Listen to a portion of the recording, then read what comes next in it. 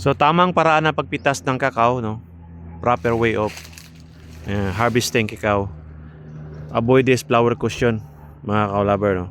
Sobra mo lang. Yan. So at least meron pa siyang naiwan. Kasi diyan siya mamumulaklak sunod na panahon o sunod na araw, sunod na season. So pag tinodo mo yan, wala na siyang flower cushion. Maghahanap uli siya ng flower cushion pag na-damage siya dito. So malamang mababawasan ang bunga mo. Kaya ganon. Tulad yan. And then use the proper tools. Pruning shear,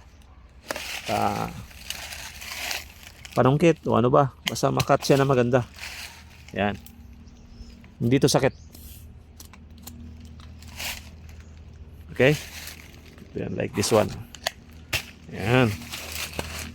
Then this one as well. Okay?